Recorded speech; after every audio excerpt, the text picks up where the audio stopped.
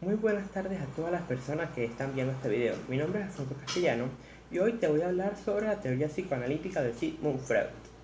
A pesar de que le decimos la teoría psicoanalítica de Sigmund Freud, lo cierto es que sus inicios no se remontan exactamente a este, sino que fue a su colega Joseph Breuer quien le inculcó este interés, por así decirlo.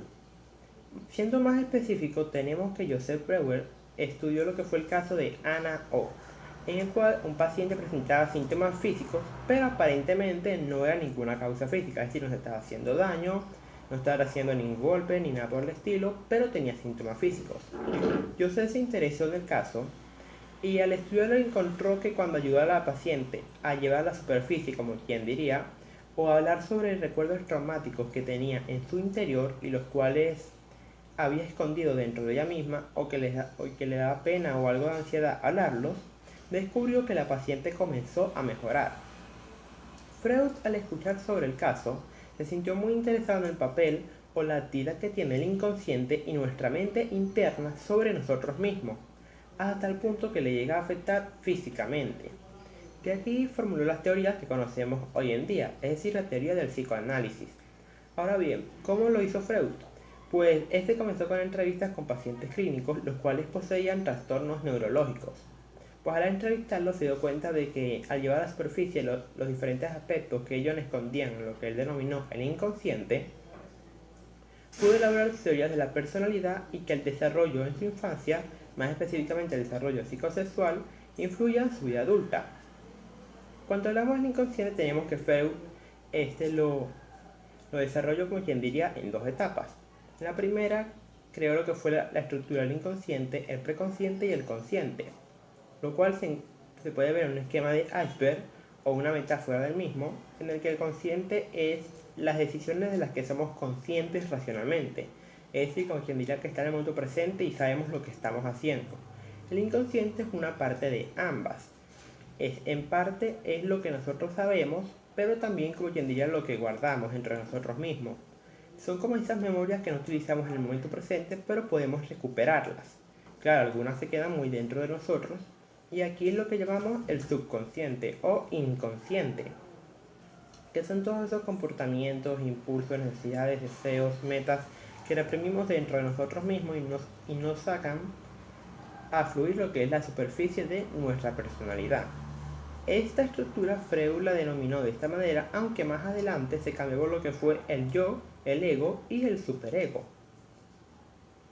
Sí, sabemos muy bien que las teorías psicoanalíticas de Sigmund Freud fueron muy influyentes tanto en su época como hoy en día, pues a pesar de que siguen siendo controvertidas, se han estudiado muchas de sus bases. Cabe destacar que un aspecto muy interesante de esta es el hecho de que al fin y al cabo todas siguen siendo teorías. ¿Por qué? Ya que Freud utilizó únicamente entrevistas con pacientes específicos, por lo tanto no se consideraría un método científico y requiere un estudio más a fondo. Aunque a pesar de eso sus teorías han sido muy influyentes tanto en su momento como ahora.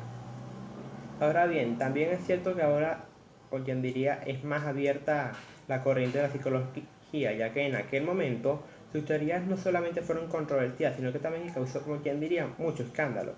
No solamente fue debido a la connotación sexual que le daba a sus teorías y a la energía de la libido, que decía que era la psique que regía nuestro comportamiento, sino también por sugerir el hecho de que hay comportamientos o partes de nosotros de las cuales nosotros mismos somos inconscientes o que no podemos manejar. Por esto podemos pasar a lo que fueron las estructuras de este inconsciente. Como ya mencioné anteriormente, estaba lo que era el preconsciente, el consciente y el inconsciente. Aunque estos, como quien diría, fueron renovados a lo que conocemos como el yo, el ego y el superego o el superyo. El yo, primero que todo, es nuestra parte consciente, es decir, es el que toma las decisiones. Ahora bien, es el que tiene que tomar las decisiones basándose en las necesidades del ego y del superego. Es decir, por ejemplo, si yo tuviese hambre y yo quisiera comer, el ego me diría que comiera ahora mismo lo que encuentre comida con tal de que alimente la necesidad. Ahora el superego me diría que me esperara el momento más indicado para comer. Entonces yo, ¿qué puedo hacer? Yo tomo una decisión. Puedo satisfacer al ego o al superego. Aunque para que haya un equilibrio entre ambos, tengo que satisfacer a ambos.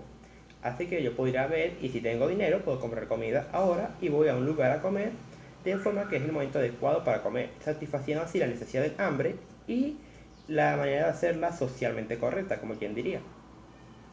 Ahora bien, ya con este ejemplo podemos entender mejor lo que es el ego, que es el que nos obliga a realizar todos aquellos impulsos o necesidades, pero sin reconocer las condiciones sociales, como quien diría, en otras palabras, las condiciones de espacio o tiempo.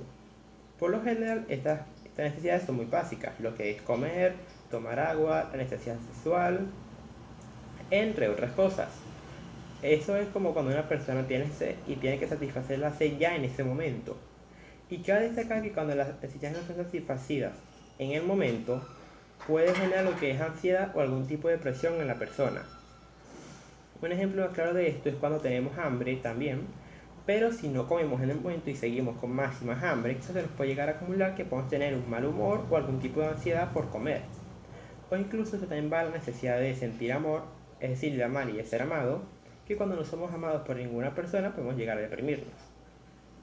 Ahora bien, evidentemente nosotros no podemos satisfacer todas nuestras necesidades en el momento en que queramos y en el sitio en que queramos.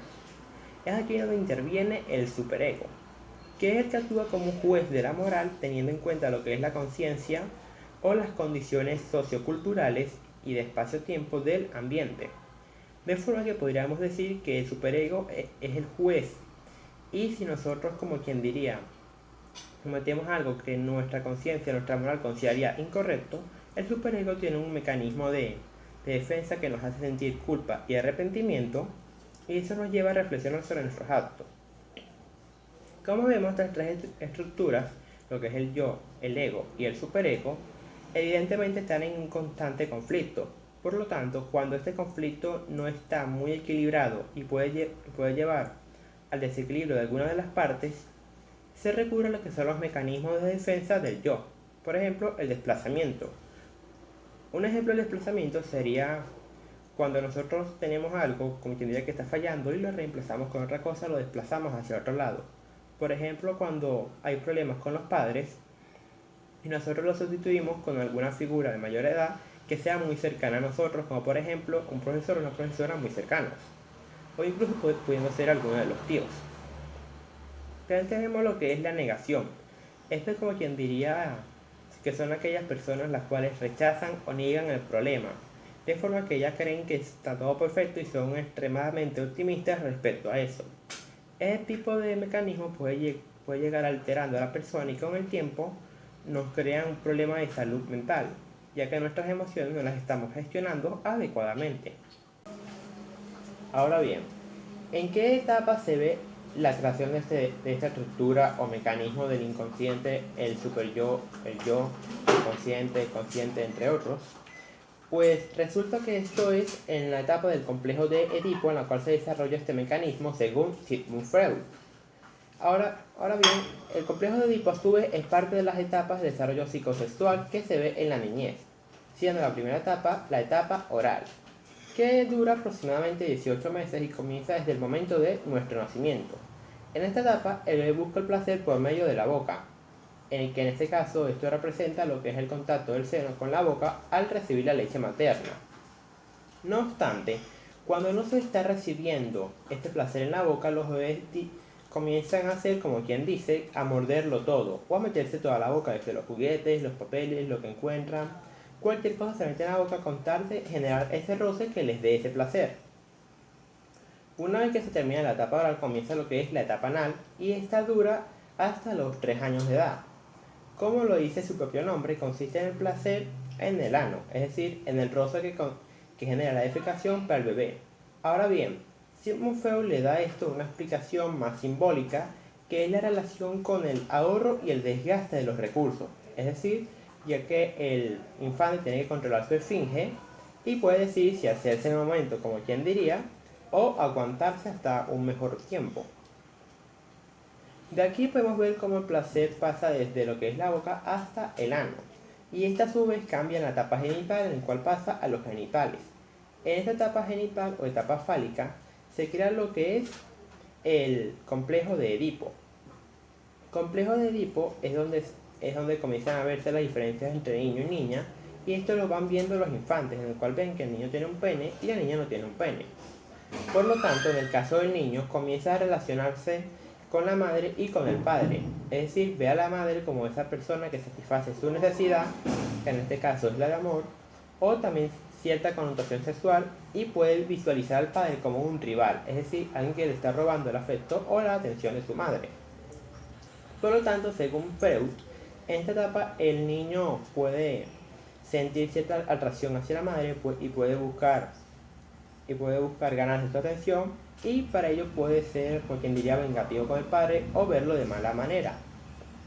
Sigmund Freud teorizó que esta etapa se controlará más en el futuro gracias a los mecanismos del ego, el superego y el yo, y es de la siguiente manera, haciendo lo que él llamaría un desplazamiento, es decir, ya que no se puede estar directamente con la madre porque se considera incesto y eso es socialmente inaceptable, se busca mujeres que se parezcan a su madre, lo cual se consideraría más aceptable.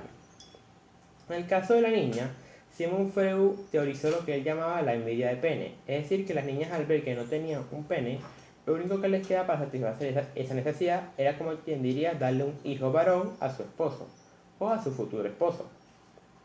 Después de la etapa genital o la etapa fálica, vamos a lo que es la etapa latente. Esta comienza inmediatamente después de la anterior, que es decir, a partir de los 7 o los 6 años de edad. Esta etapa se caracteriza por no tener un genital predeterminado o un genital en el cual se centra el placer. Por lo tanto, la sexualidad de los niños queda, como quien diría, escondida en vista de todos los regaños o de el estereotipo o de los pensamientos que se le han inculcado sobre esconder su sexualidad y no explorarla. Esta etapa termina en el momento en que comienza la pubertad y comienza la etapa genital. Esta etapa genital dura hasta la sexualidad adulta, es decir, lo que podríamos llamar el resto de su vida. La etapa genital, el placer se vuelve a centrar otra vez en los genitales, y es cuando el individuo adquiere cierta madurez y se comienza a relacionar no solo con su propio cuerpo, sino con el sexo opuesto, es decir, que comienza a sentir atracción e interés por las relaciones sexuales. Muchas gracias.